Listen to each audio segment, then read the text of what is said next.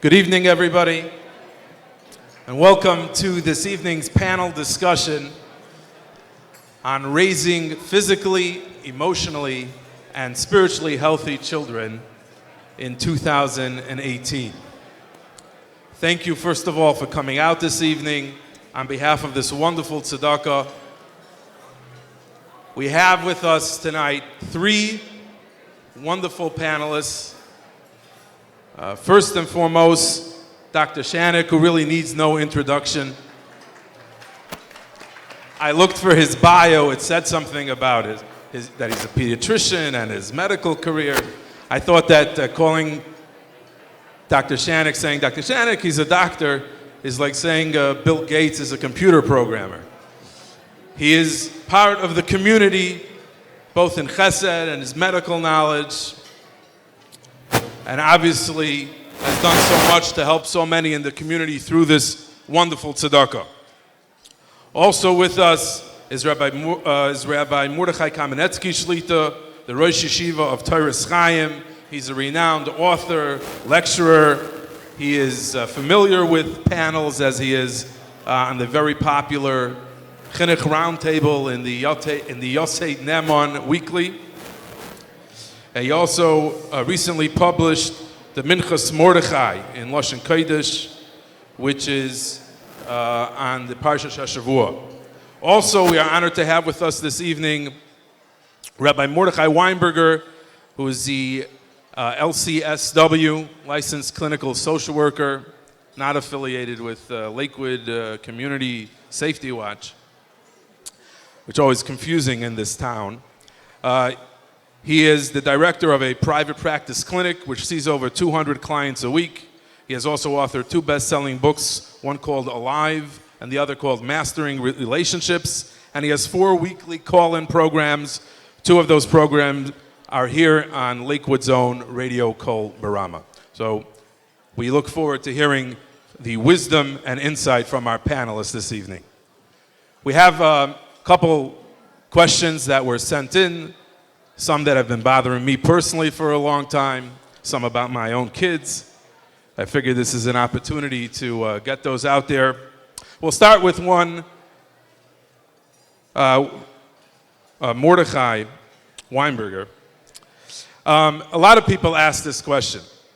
It seems like that there is an increase in emotional and psychological issues in our time.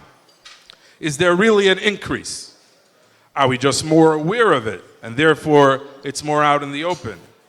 Or perhaps, as many people sometimes worry, we are over-treating or over-coddling our children, and maybe we would be just better letting them go through life with their bumps and bruises and somehow work it out like so many of us did who grew up back in the day. As a therapist, what are your thoughts? So I first want to start in thanking Dr. Chinuch for everything that he's doing for the community, but especially for me personally. All my children, he is the doctor, and many times I've been at the office and available all the time. So it was a schus to be invited and to be here, and especially for Ahavas Chesed. Not only are you doing what you're doing on the medical level for Klal Yisrael, but at the same time on so many other levels, and we just see where your heart is with Klal Yisrael, lav dafka in one area, but in every area.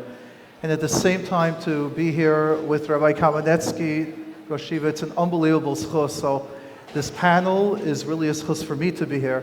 And Elchanan, together, we are on the Ated for now a couple of years, started from the beginning, and it's a schus to be able to be here with you. Now with everyone, it's an interesting question when we ask about psychological. What has changed? Is it more now than in the past? And in statistics, there's an interesting concept, which is if you change one variable, just one, then everything changes. Let's try one concept. Baruch Hashem, there's electricity. What has happened since we have electricity? We're not sleeping as much. Baruch Hashem, we're able to learn late at night. But imagine just those winter nights. What happens at a winter night? It's 5 o'clock, you're learning by the candle, 4 or 5 hours. But you're not having a middle of the day. It's not phones buzzing, information happening, and we're not sleeping that much. One variable of not sleeping, and what would happen to our body? In fact, what happens Shabbos when we do go to sleep earlier at the winter Shabbosim? We feel like a different person. What happens if your cell phone's broken just for 3 or 4 days? What type of a person, how different are you? So I find that almost it's a self-induced psychological issues that we're going through just from one variable of electricity. Forget about cell phones. That studies are shown the closer you sleep next to that cell phone, the less quality of sleep you have. And I ask people, could you first turn your cell phone on to silent at night, not even that buzz, and if you're even brave enough to shut your cell phone, and first thing in the morning, don't check how many missed calls do you have, or how many messages do you have. Simple little variables will affect our mind that will then can create almost self-induced ADD, self-induced anxiety, self-induced worry about hearing what's going on all over the world. So therefore, let's take one assumption, just one variable, and that could affect everything that we see today. Forget about the hundreds of variables that are involved as well.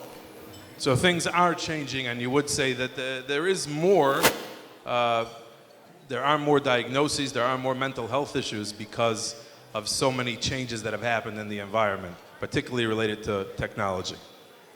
Dr. Chinuch, we know that it's oftentimes, as a therapist myself, it's the pediatricians often that are the first ones who see mental illness and the ones that make that referrals. Do you find in your practice that there's more mental illness now?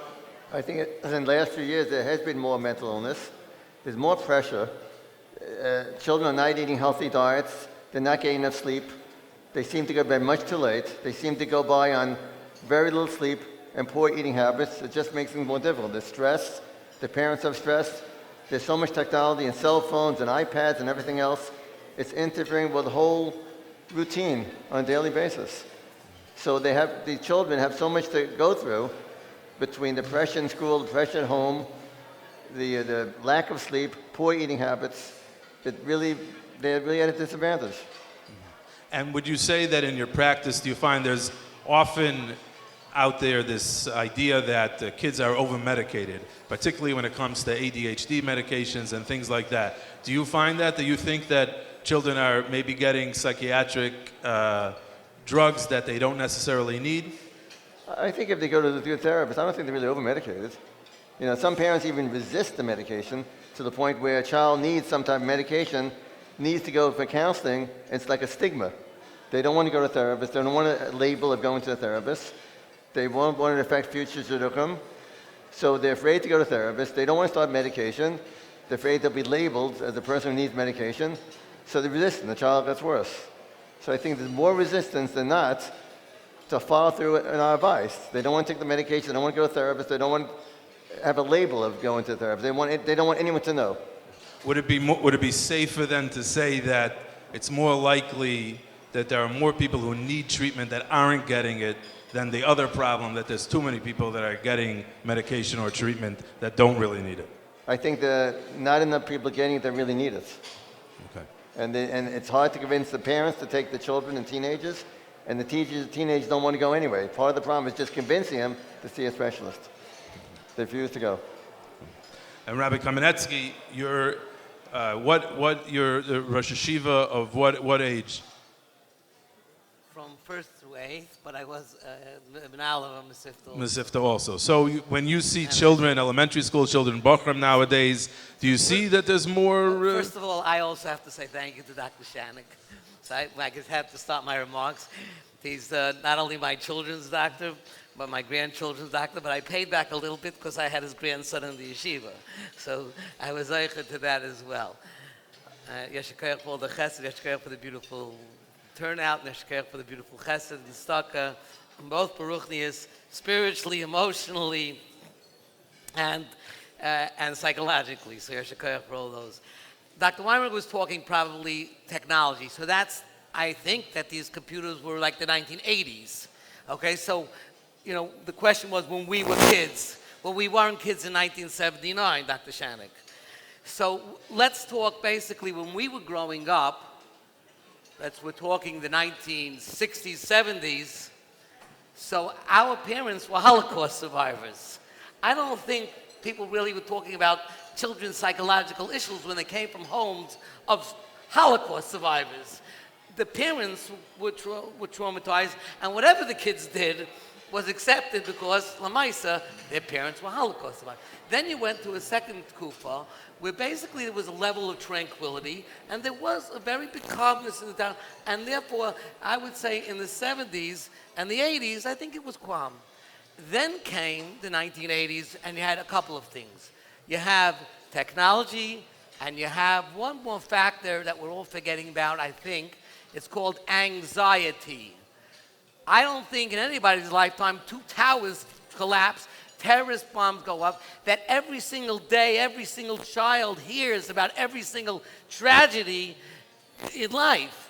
So whether the tragedy is chas v'shalom, a vehicular or pedestrian tragedy, whether it's happening in Tom's River or Woodmere, Long Island, you're hearing it. There's a tremendous sense of anxiety, and I believe that that anxiety, both in the children and in the younger parents, is really affecting many people's lives. I think there are parents that want kids, at least in my time, to be connected, communicated with some sort of cell phone. You have to fight them, and that's a tremendous amount of anxiety. And I think, I'm not the psychologist here, but anxiety does lead because when a child doesn't grow up with a sense of serene and calmness. And another issue is, unfortunately, the breakup of families. There are more divorces today, and there are a tremendous amount of single-parent homes, which also leads to a certain sense of instability. So is therapy necessary? I think in the right times, in the right places, kids need chizuk. You can make the chizuk with a fancy terminology with letters after name, or it could be a warm hug, and it could be a chizuk from a rebbe or a teacher or a menahel. But children today need chizuk. Fine, thank you. So I guess everybody's in agreement then that this does seem to be, for multiple different factors, more of an issue now. Something that's relatively recent, a lot of people wrote in question about. I'm curious to hear. I think we'll ask Dr. Chinuch for his thoughts on this from a medical standpoint, and then hear both from a chinuch and psychological standpoint what might be behind this, and that is vaping. For those of you who are not familiar with vaping, it's, from what I understand, they've managed to take the tar out of the cigarette, and it's you're using electronics to get that same nicotine fix. So I guess the question is, the way the person wrote it here, my son started vaping. He is insistent that it is harmless. Is it safe? And should I let him vape? And I would add to that question, maybe there's a difference. Maybe if someone's going from nothing to vaping versus someone who's going from smoking regular cigarettes, and now they're going, maybe it's a madrega lower to vaping. What are your thoughts on that from a medical standpoint, a health standpoint? When the e-cigarettes and vaping came out, people thought it was much safer. There's less nicotine, and it's a step below cigarette smoking, and they felt there was no problem with secondhand smoke, no problems as a result of nicotine and tobacco, no problem with lungs, and that's when the first studies came out. Now, they found it's just as dangerous as cigarettes. Same increase in lung cancer, dependence on other drugs and other things is the next step. Unfortunately, it's very easy to get vaping. There are places that sell these vapings all over, and people think that the nicotine doesn't go into the lungs, but it's just as dangerous, and studies shown it's not safe, and just as dangerous as regular cigarettes. Wow. So even though, I mean, it wouldn't seem to be as dangerous, doesn't have smoke. I mean, it's... Right, it's still dangerous. It's the nicotine, it's the tar. So initial studies thought it was safe, and it was a step below cigarette smoking. It's safer, why not?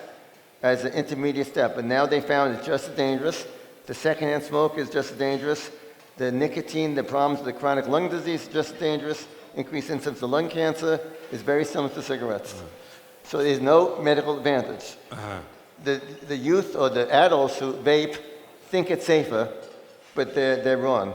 Is there any reason for someone who, let's say, smokes regular cigarettes and he wants to go vaping? Go down to vaping, and then maybe he'll quit or something like that. Is that the same? Is he? It's really the same.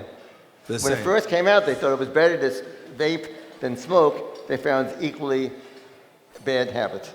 Wow. Okay. And what happens is the children, the teenagers, see the parents vape or the parents smoke, and they copy. It's a terrible thing. Okay. My guess is that is not well known. I think most people would think that it's Right. safe, or at least safer. But then again, when I was a kid, they thought cigarettes were, well, they didn't, I guess they kind of knew already. But A recent study came out, Journal of Pediatrics, that showed it's just as dangerous. Rabbi Kamenetsky, do you see that a lot in I don't see it really, but I don't look so much. You don't look so much. But, it's Kolamoisiv Korea. Before I came, doctor, I figured, I knew they're going to ask about vaping. So I have a friend, Dr. Glatty. He sent me from the CDC. I read a lot of papers, but that's the consensus that it's dangerous. I mean, it doesn't It must make be sense. easier for kids to get away with also. I remember in the olden days when you wanted to have a cigarette, you had to go hide in the garage and put the cigarette on a fork and then spray deodorant all over yourself afterwards. The vaping seems... They make a lot of money. It's very attractive. It's all different flavors, and they're making a lot of money. And I, myself, call different places in Lakewood to tell them not to sell the e-cigarettes, the vaping. They would not hear of it. They don't want to reduce their profit ratio. Wow. Terrible. Wow. Rabbi Weinberger, what do you think is behind it? A kid wants to vape. Is it the same thing as it's a cool thing, just like cigarettes were back when we were kids? Is there a Joe Camel, like kind of... I'm still trying to figure out how a chassan would give out vapes to every bacher or to every friend that they have. It's a bit more expensive than a cigarette, so still trying to get the technical part of the chassan cigarette, that chassan vape. But on a technical level, what Dr. Shanik has just mentioned is that the vaping, a large part of the targeted population are teenagers, because they know teenagers have a higher tendency to take risks and to do something that isn't healthy. They are trying to flavor the vapes to be able to get them. And their concept is, once we got you, just like drugs. We'll give it to you for free. We'll do it in a way that will present it and package it that it's safe. And once we got you, now we got you free life, practically. And you're always going up and down. Another concept that I have is that I need it. I need that smoking to calm me down. Do you really need it? Can you learn some other skills? We had in the Ated a couple of months ago, and I responded over there about smoking. Is it so bad? Is it semi-bad? Is it very bad? And I got a little heat from someone where I mentioned there are only 2 institutions that still value smoking. That means anywhere in the world, you go to any business meeting and you say you're smoking, they would look at you. You smoke? Today it's how long did you jog? How many miles? 5K, 10K, are you biking for chai? Are you doing whatever you're doing? But if you say you smoke, you're looked down upon. 2 places where it's still a stolz. One is the prison system, and the other one is the yeshiva system. Unfortunately, nowhere else in the world would a person feel proud pulling out a cigarette or vaping. And that is the concept that hopefully our teenagers, and if it starts by us, can really get through to them, stating, you're smoking, you are damaging yourself, you're hurting yourself. And if you're stressed, we'll teach you other skills on how to manage. Just remember and think of it, prison system and bacher and yeshiva. Maybe this is Indian, but a couple people wrote in. I'm a first-time Beis Medrash parent. A couple people wrote questions in the same vein. And I'm very worried that my son, who's a big masmid, gets no exercise. Is there anything we can do to encourage him to stay healthy, Dr. Shanik? Stay healthy. There is no exercise program in yeshiva.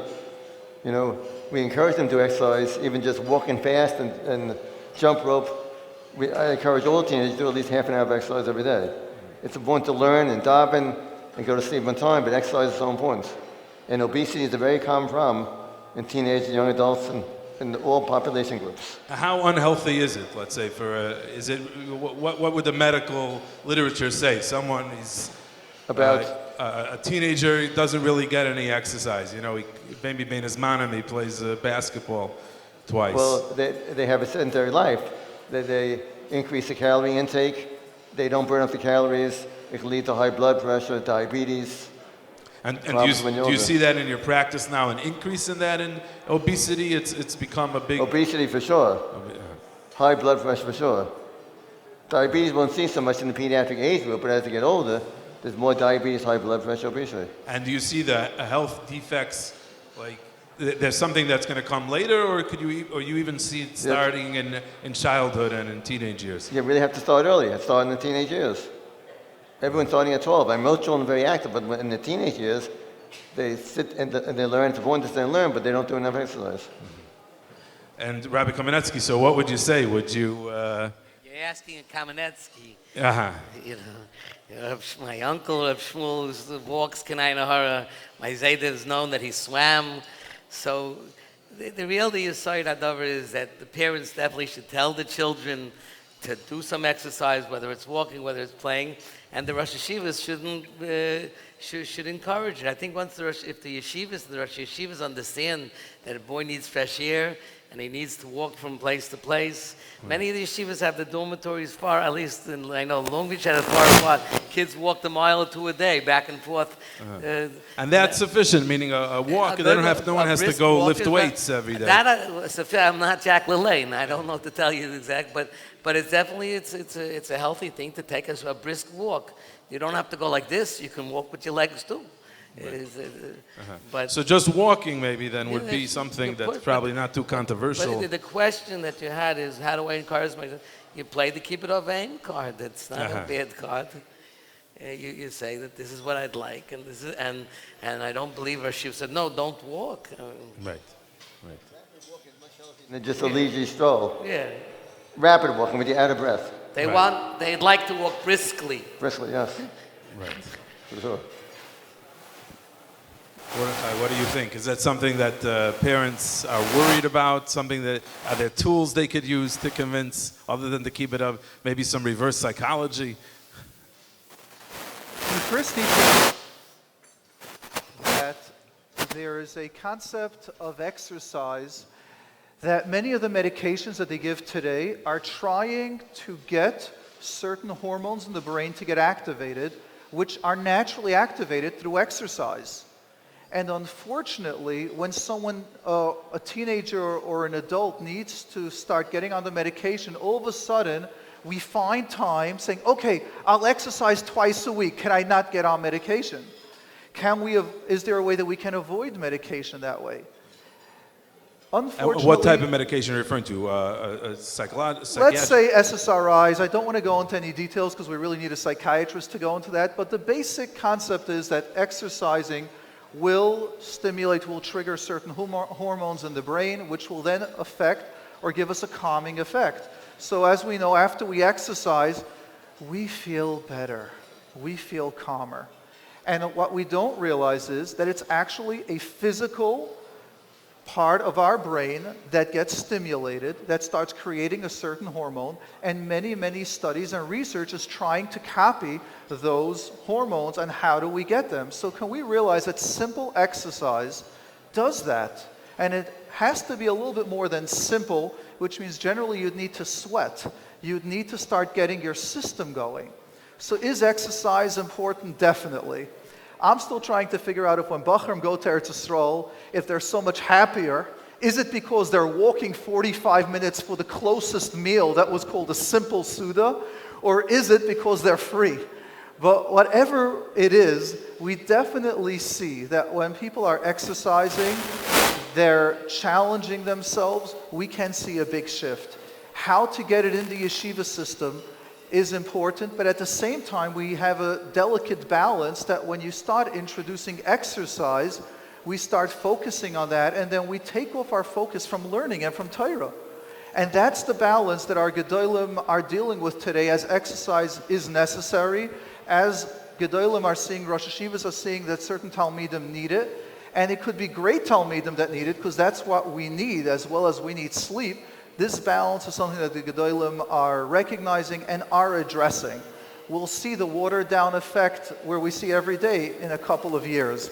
But they're aware, they're recognizing it, and the Gedolim that I speak to are dealing with exercise and the importance of exercise. Multiple medical studies show that the exercise increases the hormone secretion, and for patients who have anxiety, depression, it's quite an important part of the treatment plan is to do every exercise. But the hormones do increase as you do certain types of prolonged exercise. Tremendous. There are huge amounts of studies for various reasons, as Dr. Shinuch has just said, what it helps, exercise. Simply getting the brain and the body exercising will break the tension. There's also another simple concept of just breaking the thought pattern. When you're lifting weights, when you're running and you're exhausted, you can't think about your depression. You can't think about your anxiety. They are on so many levels physical exercise, but again, it's got to be strenuous. Strenuous does not mean exerting yourself where you're hurting yourself. But on a level where you're pushing yourself beyond your limit, on so many levels, it is that important, and especially the clarity and learning as well that happens after. And for that, we are zoichet to have the gedolim that are addressing it and dealing with it. Okay. We look forward to, I'm going to start running. Maybe I'll walk home. This is a question from a mother. She says, I'm not sure even who to address this to first. Probably Mordechai. My 11-year-old son started saying Kriyas Shema like a real brisker, quote unquote. And it takes him longer than the Rav. I'm assuming she means the local Rav. When he benches at home, it could take him almost half an hour. When he says Atzer Yotzar, it's a whole to-do.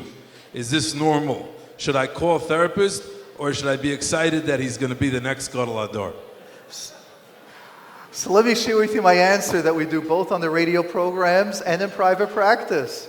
And that is first contact the Rav. So we have Rav Kamenetsky here, and we have the Rav that will tell you what's the normal standard. And if the Rav says it's not healthy, then it comes to our department.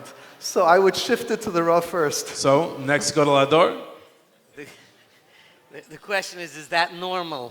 Is this normal? And should she call a therapist or... I learned in Pittsburgh by Shaul Kagan. He once told me a story that a person was at he unfortunately had to go through they used to say, I'm a sugar hoise, so there's probably a much more politically correct word, but it was an asylum for the mentally disturbed. And when he got out, he was cured, and he asked the head of the facility if he can get a letter of certification that everything's okay, that he's normal.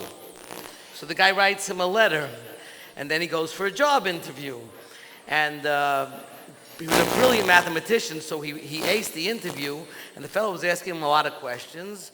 And then he said, do you have any questions for me? The guy turns to him and says, sure, I have a question. He said, mister, are you normal? So the boss of the company says, I should surely hope that I'm normal. And the man says to him, you only hope that you're normal. I have a certificate. So the question is, what is normal? Normal is a relative term, right? And the question that she said, am I going to be the next brisk? Right? So maybe in Brisk it's normal. In Woodmere it's probably not normal. I don't know about Lakewood. But the truth is that Rebbe tells us what the answer is. Rebbe says, Ezu derech yishara shi'avu adam kol sheteferes lo'iseva v'teferes lo'min adam. We live in a world, we live in a society. Is that how 11-year-old, is that how your Rebbe says Asher Yotzer? And that's the response. You look at your Rabbeim, look at your Chaverim, look at the good Bachrim. And as far as being the next Gadol Hador, let me tell the parent if she's out there or not, you're not going to become the next Gadol Hador by saying Asher Yotzer for an hour. Learn the Gemara, the Rashi, the Tosfos, the Rishonim, and Achronim, and then you have a chance to be a Gadol Hador. And so, Mordechai, what would you think? What do you think if he's not going to be the Gadol Hador? So what's going on with this kid? Is this just a stage? Is this something serious? Is this he's becoming OCD or something? You want my mic? I'll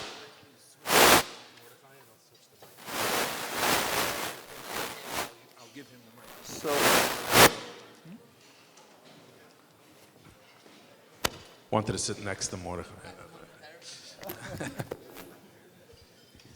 so It's very interesting when we like diagnosing many different situations. So this child is now OCD, this one's got anxiety. For me, my favorite is when someone comes and saying that I'm schizophrenic. Tonight on one of the programs I did, can a 3-year-old be diagnosed with schizophrenia because they're talking to themselves? So the simple concept is, when you've got a kid saying Asher Yatzar, davening, my first question is for the parent to ask the kid, did the Rebbe tell a story of a tzaddik that davened with kavanah and said every word? Most of the time, you're going to get a yes.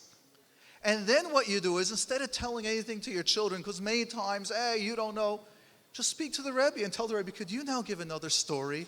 How the kid of a tzaddik just davened a regular, and all of a sudden the OCD disappeared. I know many times people go, oh, therapist, now we're going to lose business. Most of us are happy to lose this business. Another simple question over here, when you're mentioning like davening like a brisker. We're now diagnosing, I love this when someone comes into me and diagnosing like, I am like this, so therefore I can do it, without trying to get controversial with certain kehillas. Or I once had let's get a drop controversial. I once had a kid off the derech coming to me and telling me, I'll tell you, I want to become frum again, but on one condition. And the condition is I don't belong to a certain kehillah. I go, why? He says, because when I want to order an ice cream, I don't want to be busy with how many ice cream scoops I'm getting. I just want that ice cream and to enjoy it. And all of a sudden, someone starts diagnosing themselves, because I belong here or I'm there, now I'm stuck to a certain pattern. Could we just appreciate certain age groups? We try on certain hats, especially teenagers, for parents. Your kids are going to talk a little this way, they'll talk a little that way. The hair will get a little bit longer or shorter. The payas will get thicker or shorter. The boots will get bigger or shorter. Allow the process to unfold as long as you're speaking to a gadol, you have a rav that's guiding you, and your son is close to a Rosh Shiva, that he's getting guidance, just relax, let go. This is normal. When the rav, if you're worried about your kid davening too long, speak to his Rosh Shiva. The minute the Rosh Shiva says, I'll speak to him, today the Rabbanim, Rosh Shivas, Rebbeim are so involved. Utilize the koiches that we have. Sometimes parents are fighting the Rebbeim. I'm the parent, they're the parent. We're one team. You have such dedicated Gedolim, Rebbeim, Rosh Shivas, that's amazing. Let's use it. I know in therapy, 2-3 times a week, I'm speaking to Rabbanim, Dayanim, minimum. It's normal. Parents, utilize it. And it's amazing when the children hear the same information from our Gedolim and Rebbeim, it goes right in and it saves us that whole battle.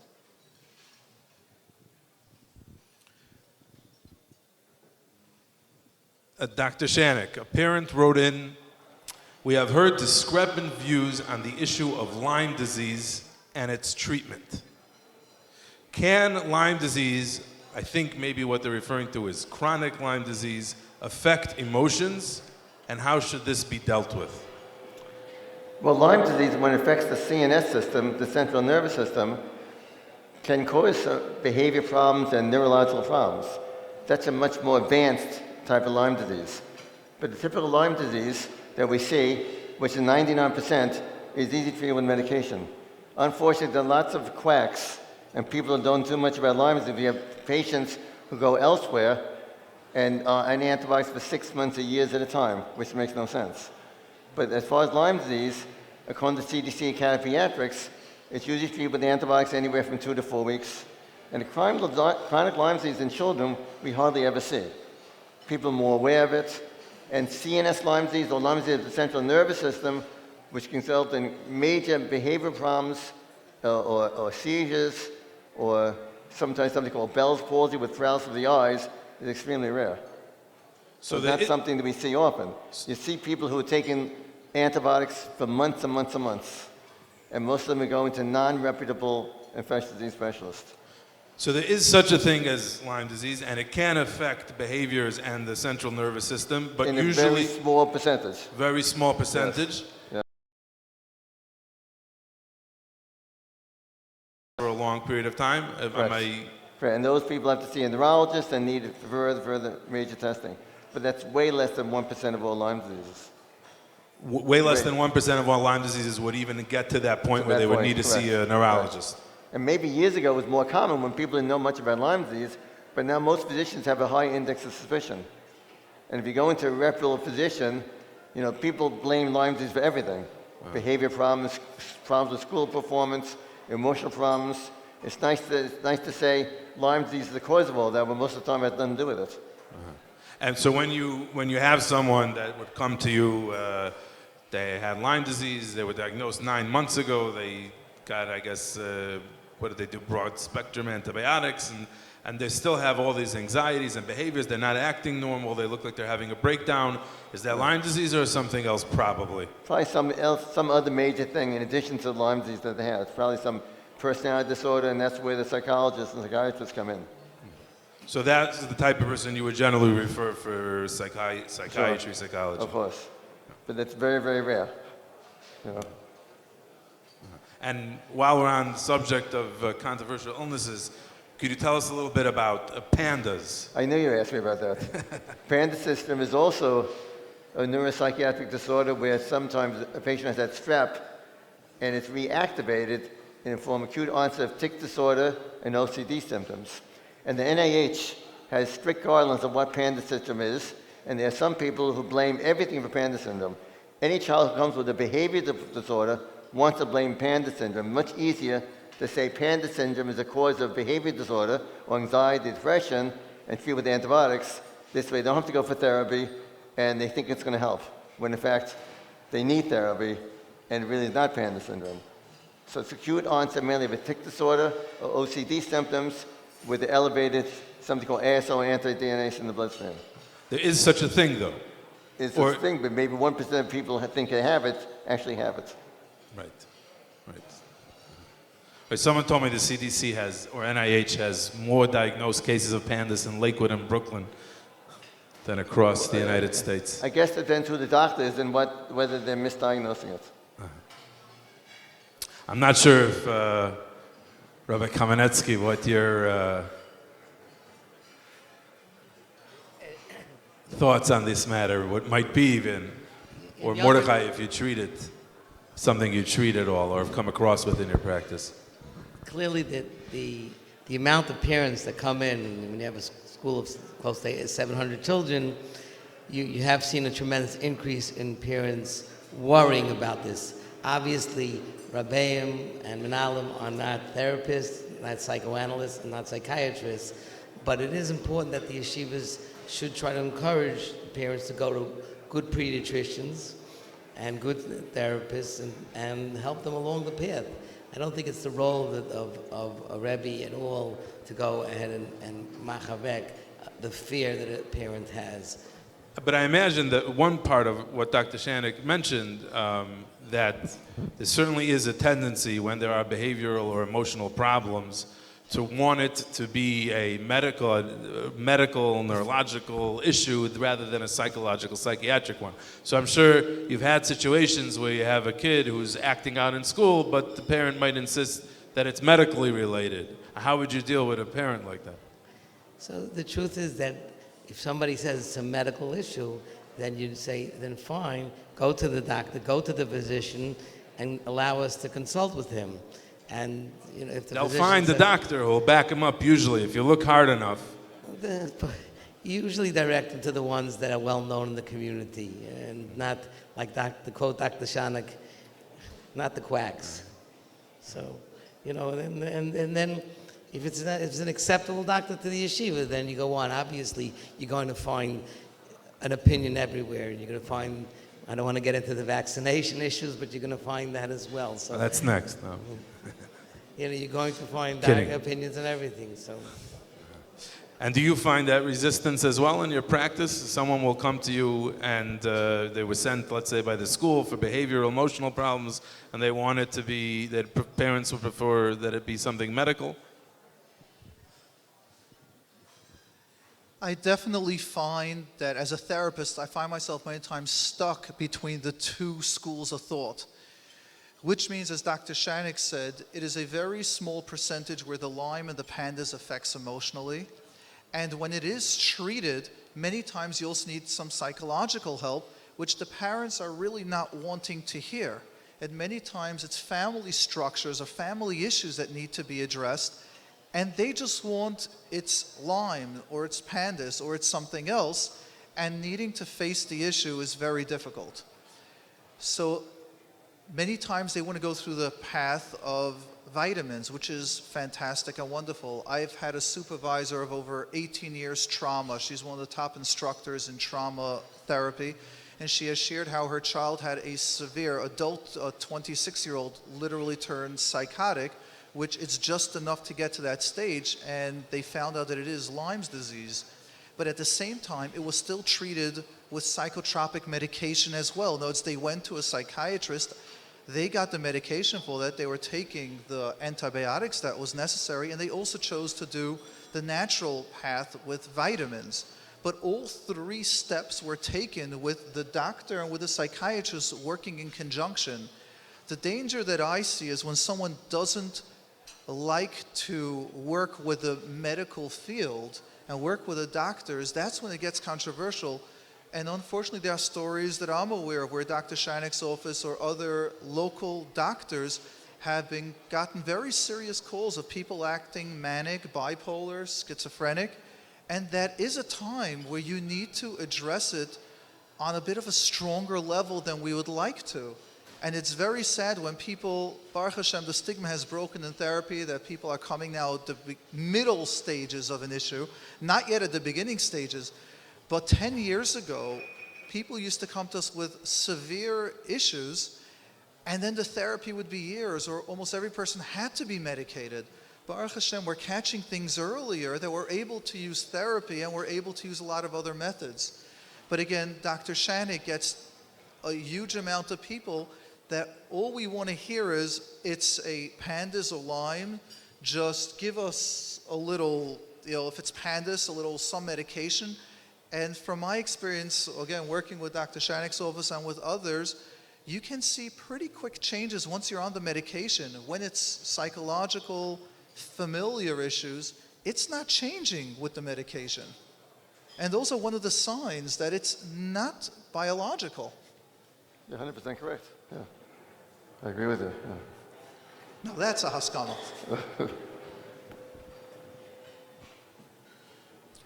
This is a little, perhaps a little controversial. Perhaps. My 16-year-old son was sitting next to me at a kiddush and asked me for a l'chaim. I felt that it was better to let him drink a little with me than to feel compelled to do so in the shul basement with his friends. So I gave him a small shot of scotch. First mistake, it's bourbon. My wife strongly disagrees with me. What do the panelists think? Start with Dr. Shinuch. I think you have to be careful. I've certainly, if they own the basement in the shul and start drinking with friends, that really could be dangerous. And especially on Purim, it gets out of hand, where some teenagers get drunk, end up in the emergency room, and then the emergency room doctor calls the police in and typhus in, because why they're drinking at such a young age. That's the trouble they get with the law. Because of that, then they have to hire a lawyer and try to figure out how to get out of that predicament. As far as at the kiddush, I mean, a very small drink, maybe wine and something like that is fine, but I think start drinking scotch at every kiddush, I don't think is advisable. This is something that we definitely we see quite a bit of. I was at a simcha a couple weeks ago, and in the afternoon I was taking a walk. We passed by the shul where the simcha had been held, and there were around 6-7 teenagers, I guess we'd call them at-risk boys. One of them was lying on the floor.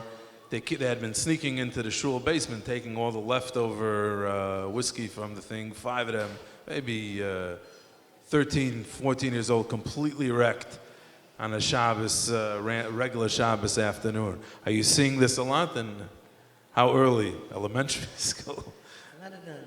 There is a scourge of drinking in the community. But let me go back to the question, and then, because she says, could I drink better to drink with him than with the friends downstairs? I don't know if one precludes the other. Doesn't mean the fact that he's going to drink with a schnapps with his father doesn't mean that he's not going to go next week when his father's not there and drink downstairs. So I don't think that's the antidote. I do think there's another issue over here, and I think that's very important. That when you're by a kiddush and you're giving your 16-year-old schnapps, and even if you're good with that, and you know that he's a very responsible boy and he won't drink, and he has one shot, precluding anything that you're against that. But you're at a kiddush. Who knows who's sitting next to you? Who knows who's struggling with his son, who says, you see, Rabbi Finkelstein lets his son drink. Why don't you let me drink? Without knowing that that child may have a propensity for alcohol. Maybe there's a genetic, and I'm not the clinician over here, but there is genetic factors that are definitely ingrained that promote certain senses of alcoholism as well. So what you do in a Rishus Harabim is something that has an effect on many people. And if it was Nogeya to me, and I have Kanai the ones who are past 16-year-olds are in the crowd, and I have other age, I would definitely say, listen, we are here in a rabbim. A 16-year-old boy doesn't drink publicly. At home, at the Suda, I give a little l'chaim after the fish. That's a private affair between you and me and our own mishpacha. But drinking barabim is not something that we should be doing, and not that you should be doing. That's my opinion on this matter. I would say, seems like the nays have it. Let me maybe before I give it to Mordechai, also say, we're talking about these things, vaping, drinking, and teenagers. I think a lot of people might say that in our community, Bachram are under a tremendous amount of pressure. They did not have very many outlets. The guy's in a Masifta, he's learning basically, it's not like a Lahavdil, a kid in public school, he comes home at 3, he plays video games, here you're Bachram are in yeshiva, 7:30 Shachris, they're coming home late at night. There's very little that they could do to relax or blow off some steam or something like that. So these things might be problems, but why? Okay, these are the two things, vaping, alcohol, a little bit here and there. Maybe we shouldn't make such a big deal about it. Why put so much pressure on the Bachram? So I'll add that in. As someone who was once a Bachram myself many years ago, how would you respond to that?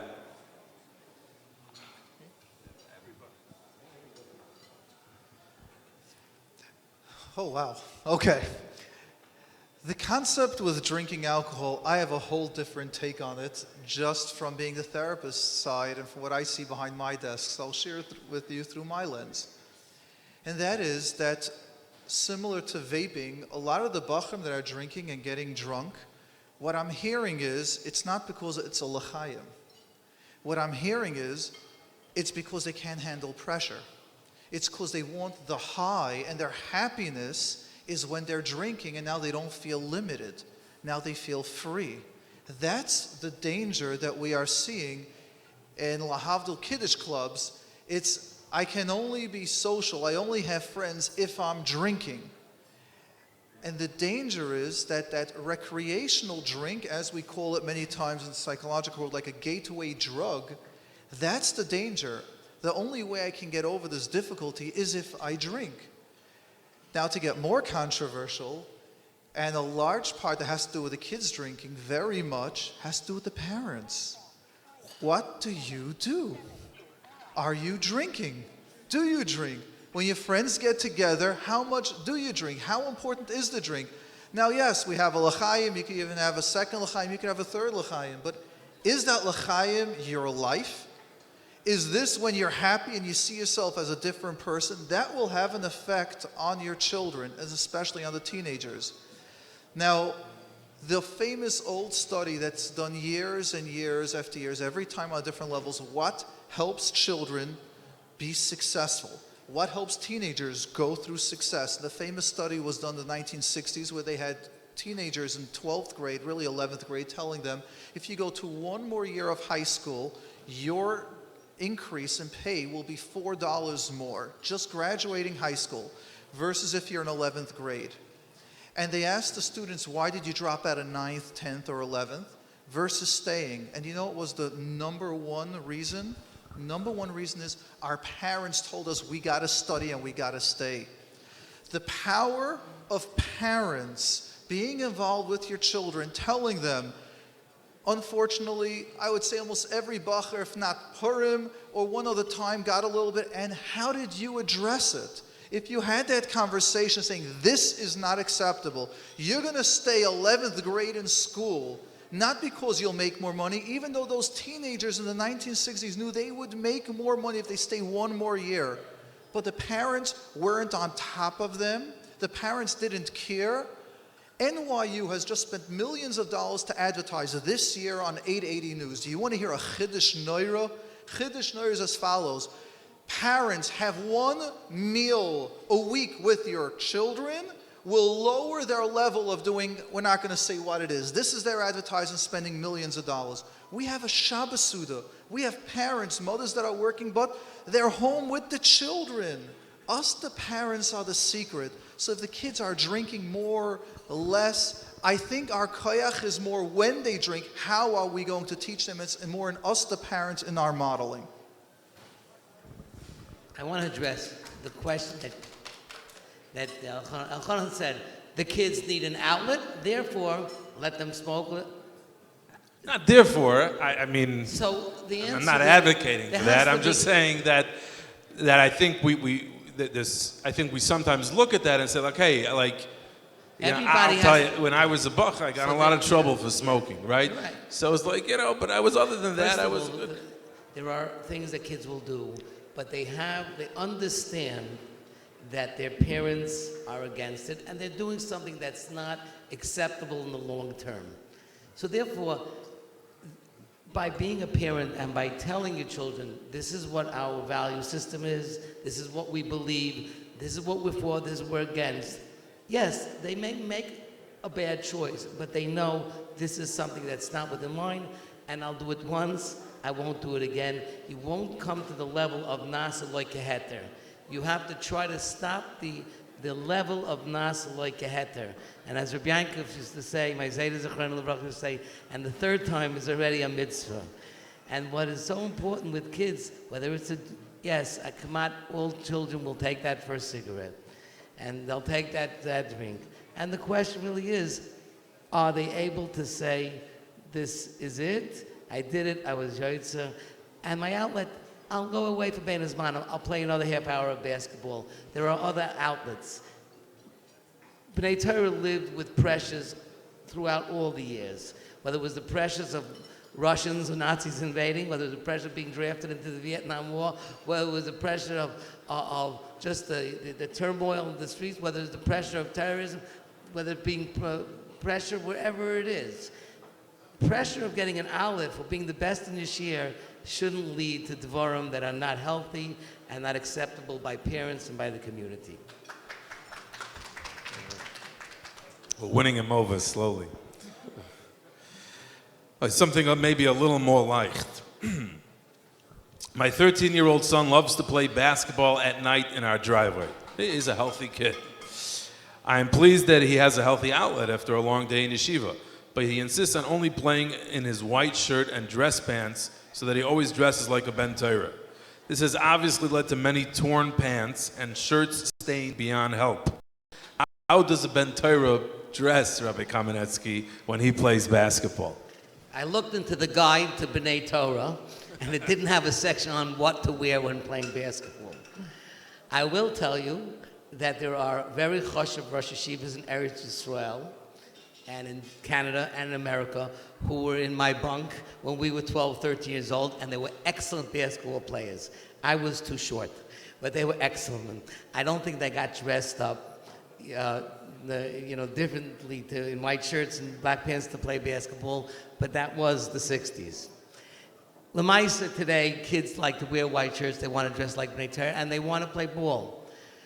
The answer to the question is very simple. How does a Ben Torah dress when he wears basketball? He dresses in a way that's not going to cost his mother $35 to buy him a new pair of pants. That's how a Ben Torah dresses. So get him a good pair of black, thick pants, that may have a rip on it, a nice white shirt that may be a size or too big, it may have a rip in it, and tell him, you want to wear a white shirt, black pants when you play basketball? Nada, take this white shirt, take this black pants, and enjoy it. And if you rip it, it's also good. And that's the answer, the simple answer to a very uncomplicated question. That's very good, excellent.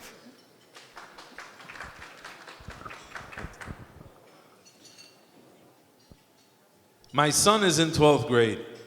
I recently heard him and his friends schmoozing about different yeshivas as options for Beis Medrash.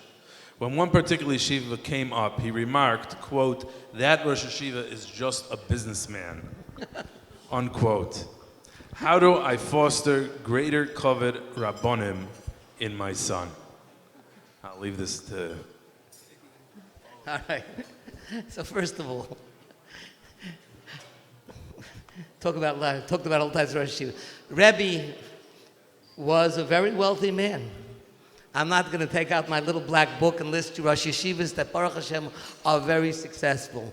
But I happen to know Rosh Yeshivas that are very... Nobody calls them businessmen. So the kid is telling what he feels. So it's not a question of giving kavod to the Rosh Yeshiva. It's a question of talking Lashon Hara.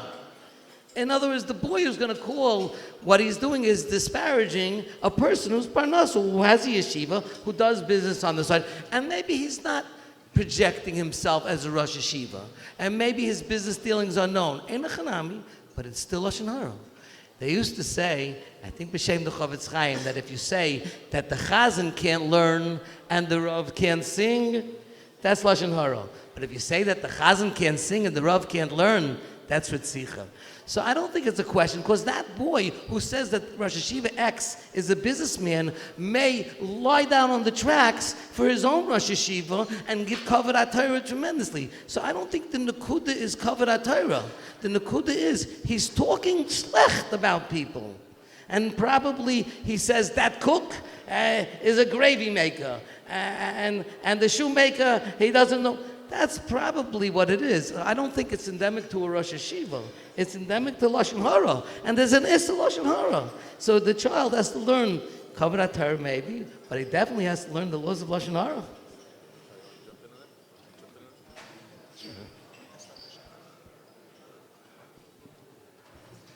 So the minute we start going into how on a hashkafa level, I'll try to just take it as a mother would say, what happens if my son is saying something about another person disrespectful? Not in a Rosh Yeshiva, because I got some news for you. That is part of the stage of a teenager. Means they have the whole world figured out. They've got a title for everyone. And now our job is to try to connect to them and to be able to have them recognize how do we speak on a more respectful manner. So if anyone goes to a therapist, he's only in it for the money. They're going to a doctor, they're going to an accountant, whoever they're going to, a yeshiva bacher, but a teenager will have a sentence for someone. I think I got my ultimate compliment was when my teenage daughter told me, Tati, now I know you're a good therapist. I said, how? The 12th graders read your book and they loved it. The whole stempel that I got, that I finally am something, is not on anything. But when you've got a 12th grader to say there's something, then you got it. This is the normal stage. So now what I would focus on is how do we have parents teach the children while this is their stage? So teenagers think in black and white terms. That's one of the hardest jobs when we work with a teenager, is how do you get them to see the gray area? Their brain is good, bad. They're good no matter what behaviors they do, they're moira heter. It's unbelievable how it works, and the others aren't. And our job is now how to teach the gray area. Dr. Shannon, there seems to be significant stigma in our community regarding mental health issues. Is this justified? Is a mental health issue the same as a physical health issue, or is it worse? Unfortunately, people in this community, and most of our communities, feel it is a stigma to go to a mental health professional. They're afraid to go for counseling. They don't want to see a psychiatrist, psychologist. They don't want to take medication. They don't want to know, anyone to know what's happening. In my office, if we have a patient who sees a psychiatrist or psychologist, the information on the chart has to be sort of encoded in such a way no one can read the chart, no one knows what's going on, they don't want anyone to know. They say my neighbor or my relative who works in my office, and we have to keep the notes locked up. It's a real stigma. It's unfortunate that way. It is a stigma. But we encourage them to see the mental health professional and see the therapist, the psychiatrist, and ask for advice. And that's it's an important part of taking care of children and growing up. And sometimes you're not being able to take care of all the problems, and sometimes you have to seek the help of a professional. And they play a very important part in the whole life, in life. And they have to realize it's not a stigma, and they have to go over this. We try to keep it confidential, but they're really afraid to consult with psychiatrists and psychologists, and sometimes it backfires when they wait till everything explodes and they fall apart, and then it's an uphill battle. And is it the same thing? Should they really look at it like it's same thing as having strep throat or the flu, or?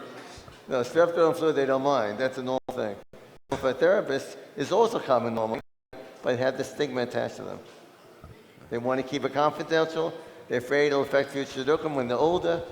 They don't want to take ADD medication when they're 15 years of age. They don't want it on the records of the chart. They want it kept secret. It shouldn't make a difference. ADD, 50% of the population have ADD, and half of them take medication. But some of them want to keep everything confidential. No one's supposed to know. I did recently have a mother who was concerned. She had brought a 5-year-old, and we had talked about maybe doing ongoing counseling, and she was very concerned about shidduch. 5-year-old, true story. True story. So what can we do, if anything, to maybe change that, or what would be a better way maybe to reframe that, or to look at mental illness? Or maybe people are worried about the confidentiality, maybe that's what they're worried about, but it seems like it's deeper than that. That it's like there's something wrong with you. Yeah, everybody understands, someone gets sick, they get sick, but mental illness means something's wrong with you, there's something weak, perhaps, or something like that in you. How could that be changed? What's a healthier way to look at that?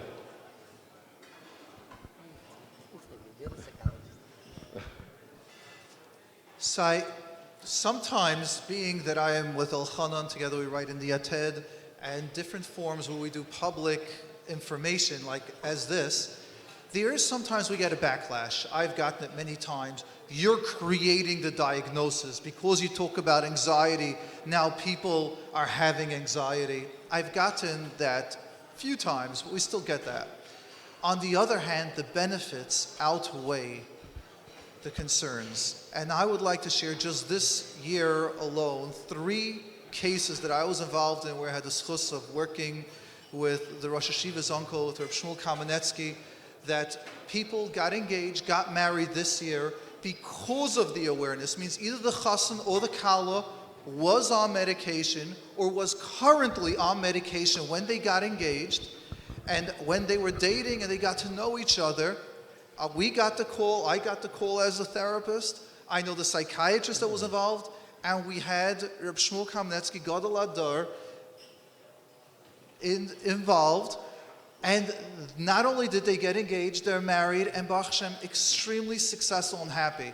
That mental health breakthrough that we see happening now, that's still secret and still quiet, every one of those clients, when I asked them, can I announce it a month later on let's say the phone line or on the radio, or can we write about it, that people are getting engaged, people are informing others that I have OCD, or I have anxiety, I'm getting better, or I was on medication, it was a short term, can we announce that? People are still hesitant, but notice the word hesitant. It's not fearful, we're not hiding it, we're not lying about it, and that is changing because we're seeing beyond the diagnosis. Just to remind everyone, doctors used to make house calls because we didn't want the doctor to come to our house in the middle of the day when everyone would see it. We should all get together. That has changed. Mental health in the clinics are starting to have one big waiting room. I'm in private practice. I still have to have secret rooms. We've got like 3 rooms with 2 secretaries busy doing control how everyone should go in and out, and I understand it and I respect it. But the stigma is breaking, and I personally believe that mental health today is just as a physical ailment. There are more severe ailments that might affect, if you have it, will affect your shidduch, and there are more common let's say ill issues, a little anxiety, light anxiety, a panic attack, I don't want to go into what they are, but common everyday issues that there should be no reason that we should hesitate to either share it or to deal with it and to treat it. I'll just add that Chazal, in their infinite wisdom, stuck in, and every Mishaberach, Refuas HaNefesh or Refuas HaGuf. Sometimes somebody can give a name that somebody only needs a Refuas HaNefesh, some people need the Refuas HaGuf. But it seems that for Refuas HaNefesh you can make a Mishaberach as well. And obviously the question was, are they equal? You see that it's put together in Chazal, Refuas HaNefesh, Refuas HaGuf, that a person needs sometimes, and a Refuas HaGuf sometimes affects the Nefesh as well, and sometimes the Nefesh affects the Guf as well. So Klal Yisrael should be healed, both many Cholei HaNefesh and the Cholei HaGuf should all be healed. I would just want to close with one, let's say, along this topic, and that is that many times people don't want to go to psychiatrists for medication. But Baruch Hashem, we're zeichet to have over here Dr. Shanik, his staff, his doctors. They really do understand a lot of the psychotropic medications, and they do prescribe it. Feel free to speak to the doctor. Dr. Shanik is very involved when it comes to this. The doctors do not look to just prescribe. I know many of them. I've dealt with many of them. They're not looking to prescribe. Reach out to the doctors. Have your meeting. Go just for that checkup, quote unquote.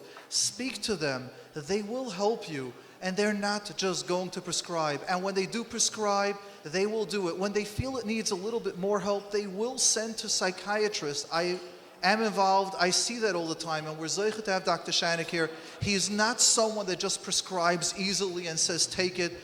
But they do prescribe. Not always do we have to run to psychiatrists. Not always do we have to make this great fear about it. Your local doctor can and will and does prescribe when it's appropriate, and when they feel you need a psychiatrist, they do that as well.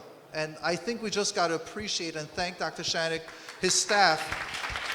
They are that knowledgeable in so many fields, especially in this field. I see that more and more. Thank you very much, Dr. Shanik. Any closing thoughts? No, I'm just very impressed. I want to thank Rabbi Schwartz and Rabbi Weinberger and Rabbi Kamenetsky, coming all the way from the South Shore, for being here tonight. The words of wisdom, and we thank and we respect what they say, and we thank him very much for just coming tonight. Thank you. Thanks to all of you for coming out on behalf of this wonderful tzedakah. Thanks to our panelists. Wish everybody a good night. Now you can raise healthy, physically, spiritually, emotionally children in 2018. Have a good night.